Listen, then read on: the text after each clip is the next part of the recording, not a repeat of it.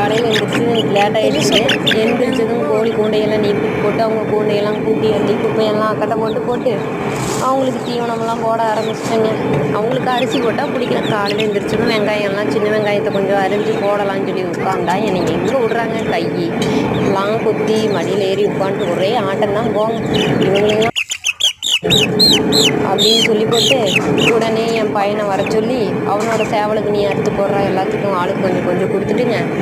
அப்படியே தீவனமெல்லாம் போட்டு அப்படியே கொஞ்ச நேரம் உட்காந்துங்க. அப்பயும் விடுறாங்களா, உடனே என்னோட ஆடு கத்த ஆரம்பிச்சிருச்சு. அம்மன் அப்படின்னு தெரியுது. கோழிக்கு தீனி ஓடுறது இல்லைங்களா, அதனால அவங்களுக்கும் பொறாமையாகி போச்சு. அம்மா கோழிக்கு மட்டும் போடுறாங்க, நமக்கு கோழி அப்படின்னு. அப்புறம் அவளுக்கும் போய் தலையை கொண்டாந்து போட்டேன்.